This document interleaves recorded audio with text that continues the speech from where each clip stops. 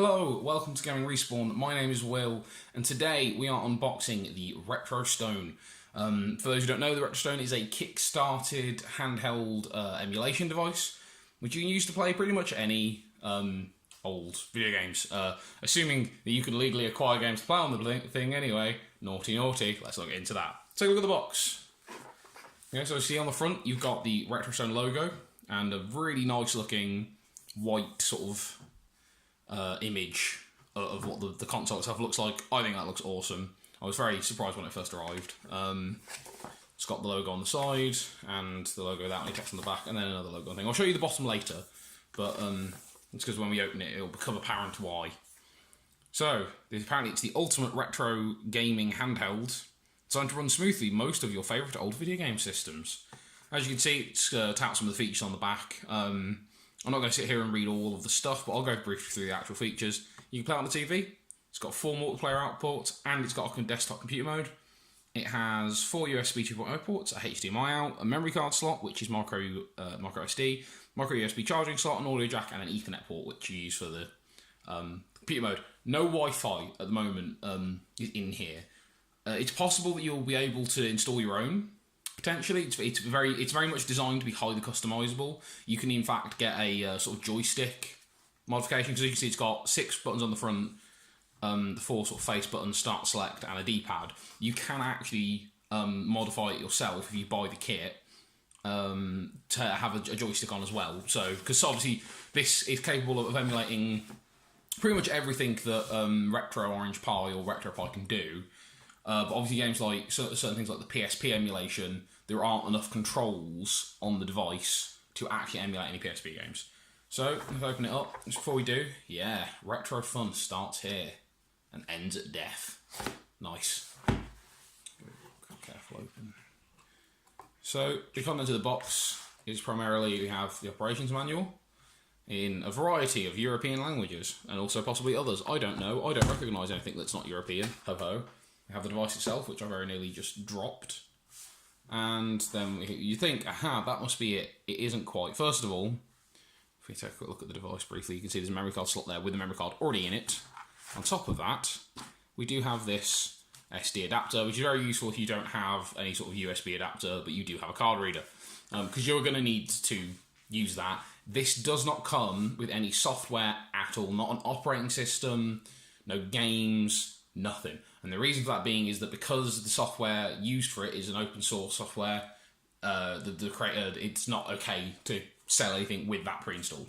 Other thing that I found out today, literally like minutes before I filmed this video, is there was actually something else in the box which I wasn't sure was going to be included, because obviously this is a review copy and I don't know what rules apply. But there's actually some buttons here, and this is what I was on about with the customization. If I just move that off to the side for now, is that this customization kit comes, and if we can. Let me just focus in on these bad boys a little. You can see these are different coloured buttons. So if you want to go ahead and replace any of the buttons on the machine, you can replace any of these 4 colours here, or any of these back buttons here, with purple, green or yellow buttons, if you are insane. Anyway, let's move these things out of the way. We'll take a look at the console in a second, take a brief look in the operations manual. You can see it just lists off a bunch of the features, like the speaker or the audio jack, where all the sound settings are, the buttons. This, I believe, is actually a script running button, so that you can put Python script on it, for anyone who is inclined to do so. Other than that, it's mainly just health and safety information. I don't think there are actually any instructions at all. It is literally just legally required that if you're selling electronics, that it comes with this health and safety information, so that's why you get the booklet. You can pretty much ignore this. It's not information that's useful for anyone who isn't sort of a health and safety expert. Now, this is the bit everyone's waiting for, this here device, and it looks very pretty. As you can see, it's very similar in design and colour to sort of original Game Boy. Obviously, the key difference being that it has extra buttons here, and of course, the Game Boy didn't have these on the back either. There's no memory card slot at the top, but you can see there's the Ethernet port, the 4 USB ports, the power switch, which actually goes the wrong way compared to original Game Boy, because on the original Game Boy you slide that way to stop the cartridge coming out when you had it turned on. But doesn't really matter on this. That's your charging port, that's the memory card slot. I'm not going to take it out, but if you can kind of see, there is in fact a memory card already in there. Comes shipped with that, depending on how you back it or which version you buy on the website. Audio jack, volume slider thing, 4 face buttons, start select, D-pad, which feels very much just like a standard retro D-pad. These are your LCD controls.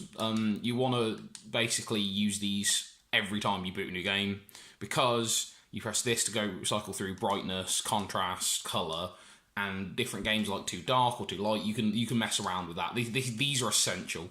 HDMI out to run it through a TV. There is currently no automatic switching, so you have to go into a menu on the device itself to get that to work. But that's not a big problem. They're working on that apparently for the future. And this, as I say, I believe to be the stretch goal of a script running button you can use to run your own Python script, if you'd like. So I have here an original Game Boy for size comparison. It's a bit yellowed, and unfortunately the back is also missing. But it's not important. You can see the thickness-wise, it's pretty similar. Game Boy's kind of a bit taller. Thickness-wise, width-wise, I suppose I should say, it's pretty similar. I think the Retrostone is slightly wider, not by much, but it is.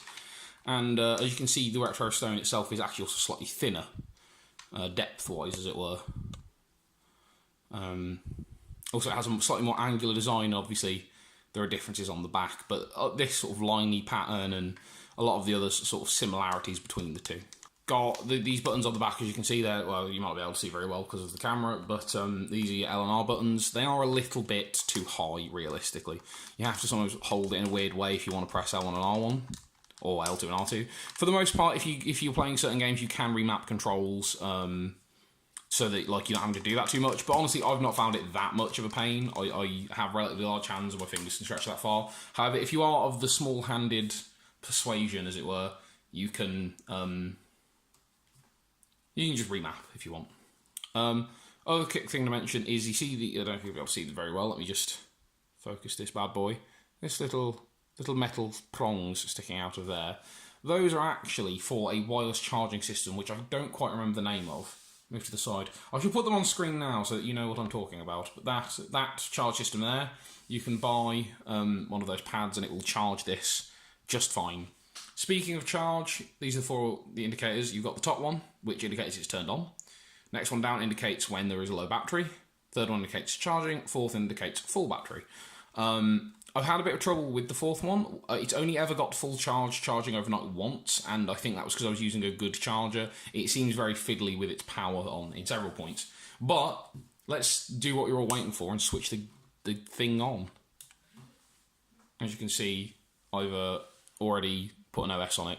Now, you see, if you see this when you first switch yours on, once you've installed your operating system or even before, don't be panicked. That's not the screen breaking or something. Let's turn the sounds on. Yeah. That's some nostalgia for you, isn't it? I don't know how washed out the colours are looking on camera, but they're actually quite bright and vibrant on the screen, and you can mess around with them to make them look better. But yes, it plays the PS1 startup sound when you boot, which is quite adorable, really, for a PS1 fan like me. You can actually change everything so that it's... Yeah, well, that's actually, you know, I'm going to go ahead and turn the volume off on this for a moment, because that's some emulating game noises, which we don't want to have a copyright strike from Nintendo for. You can change it so that the splash screen image and the noises it makes are different by going through the menus, but this is the default way it boots up. As you can see, you've got all these different emulators in.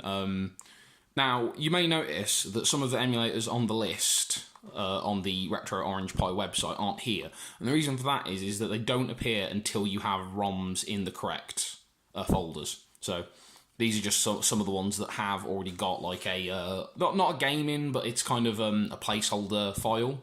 Obviously, I don't have any sort of legally downloaded ROMs installed on it or anything at the moment. These are just all the placeholder titles.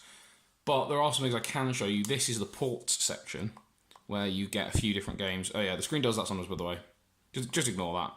It's mainly, for some reason, I've noticed this is Duke Nukem 3D seems to cause it to glitch out, so I won't bother with that. But you can run, it comes with Quake and Quake 2, I believe the shareware versions capable of running just immediately, which is quite nice, because if you, first of all, don't want to break the law, but also you do just want to play some games on the thing, then you can just be playing immediately. It is very, very dark. You can barely see it. I can barely see it, let's be honest. I'm going to go ahead and demonstrate now the filtering options. Let me just go ahead and... Yeah, that's not really helpful. Okay, so let's turn the brightness up, I guess, so that we can see something. Contrast up as well. Colour up a bit. Not that that helps much, because this is Quake, to be fair. And there we are. As you can see, I can actually see the screen a bit easier now. Now, admittedly, you can't so easily see the screen. How do I... There we go. New game. Haha. Welcome to Quake. This is how we shoot things in Quake. Quakesville. Yes, I'm going on easy mode. Don't at me. This is the 3rd episode. Sure, I don't give a crap about chronology. Registered users only. Well, as you can see though, it runs. It plays very well. You can strafe. You can look up and down with the back buttons, and it runs fucking smoothly. Really, consider all things considered. Let's go. I guess is this episode 1? That's the 2nd episode. Of course it is. Where's episode 1? Is it in here? It's in here. Fantastic. Yeah. I want to just shoot like one guy, and then we'll move on to looking at some of the other features. But I feel remiss in my duty if I don't actually shoot something. There we go. It died. So now, to get back to the menu, you hold select and press start. That works on pretty much every system on here. The only one I will warn you now it doesn't work on is the PSP emulator. If you've got some homebrew running on that or whatever. For some reason, select is mapped to the emulator menu, so you can't back out. It's basically impossible to get out of it if you don't have a joystick, which means shutting down the system without actually shutting it down, which isn't great. Discuss some of the other features that it has. Obviously, you've got the HDMI output. I'll briefly demonstrate that. I don't have a screen to plug it into currently with me, but I can just show you how it's done. This is your retro menu. This is where all of your changes are saved. I'm wondering if I need to turn the brightness down again because you guys can't see crap. But for now, just Retro Orange Pi. Go to this. This is the bash tool. And this is where you make a lot of changes to the screen output, basically. Unfortunately, the resolution of this screen is quite low, which means that it does cut off some of this. So until you have it plugged in, you can't learn what most of this says. But needless to say, these top two are the HDMI options. I believe the top one is HDMI with the digital audio output, and this one is HDMI with the standard analog output on the bottom. But yes, this is how you do it. I'm actually just going to exit. I don't really want to swap to anything. It should just go back to the menu. Yeah, sweet. One of the other touted features we'll briefly demonstrate is the desktop mode. So press start, go to desktop, launch desktop, and within seconds it has booted into Debian, which is a distribution of Linux. If you're a Linux fan, you'll have a lot of fun. I click don't show this again every single time I'm on this thing. Never remembers to not show it to me. But yeah, as you can see, it's a fully working operating system. You can plug in a keyboard and mouse, and it works. You can just use it like a computer, plug in keyboard, mouse, plug in HDMI, and you have a desktop computer right here, right now. The only issue I would say is that you do have to be careful. Extended use seems to make it crash, which isn't great news. But this is also the best way to get your like files put onto the thing, because you can use the file manager here to do it much easier than you can trying to use the sort of GUI-less versions that you get in the setting system, the system settings. The last thing I'll mention is that in desktop mode you can actually go into these things at the top, and they are your boot menu. If I'll just get a bit of a better picture, those little symbols right there above on the sort of the line next to the time. It's not actually 4:55. Where's it got that time from? God knows. But those are your way of sort of setting up the default boot option. You can boot into Kodi. You can boot into Emulation Station, which is the default, or RetroArch, or even into Debian if you want to mainly use this as a computer. Now, obviously, I'm just going to restart the PC, restart the device, because there's one last thing I want to show you, and that is Kodi. Now, obviously, there's been a lot of controversy about Kodi recently. Well, recently-ish, because it's illegal to use Kodi for many of the things people use it for, i.e. it's not okay to use it to illegally stream off the internet different TV shows. But people were doing that, and a lot of people got in trouble for it. People got arrested. People who were selling them got in trouble. Realistically, Kodi is just a media library. If you have videos saved on it, you can play them. It works very well. I am going to demonstrate very briefly on here how it looks, and there are a few key changes you need to make. I would say that the biggest thing that you need to be aware of with the Retrostone is that it doesn't work out of the box in any manner. You need to know how to flash a memory card. You need to have some tech savviness. You need to be able to use a micro SD in your PC somehow. And, you know, it's like, there's certain things that need setting up. It needs BIOS files if you do want to play any sort of backups of your games. It needs settings changes if you want it to run completely correctly in Debian. But Kodi is one of the things that does kind of work out of the box. If your intention is to use this as a Kodi box, you can set it to HDMI mode, plug it in, and it will just run fine. Except for apparently now when it's decided that it just doesn't want to boot Kodi, and I have no idea why. Well, that's not good. That's not good news. It seems to be telling me, yeah, okay, that's not great. Every other time I have tried Kodi, it has worked perfectly acceptably. I will try shutting down, and seeing if that helps. Also, this is a good demonstration of shutting down. You go to shut down, and you press the shutdown thing. You have to wait for the screen to go off before you use the switch to turn it off. Otherwise, you risk damaging the operating system. I have had to reflash the memory card once already because it kept getting... It wasn't voluntary, it's just that I was using it in desktop mode and it kept crashing. And of course, the problem with that being that once it's crashed, it can damage some of the system files, and that in turn ruined the operating system. I lost all of like the stuff I had on it, and I had to reinstall the whole thing, which wasn't fun, but it works is the main thing now. Although this black screen isn't filling me with loads of confidence, people have reported some issues with booting.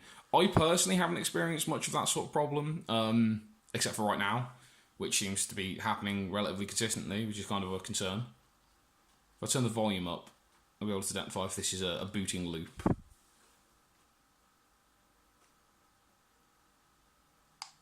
Yeah. You hear that clicking noise? That signifies that we have a booting loop problem, which means I may have to reinstall the operating system for the third time. Obviously, this isn't a review, it is just an unboxing, so don't take everything with a pinch of salt. I haven't fully explored it yet, but keep an eye out on Game Respawn. We will be having a review of this up very, very soon, and we'll let you know 100% what we think of it. So, yeah. Thank you for watching. If you enjoyed, please subscribe and like the video, share it with people. You know, all the fun stuff YouTubers ask you to do.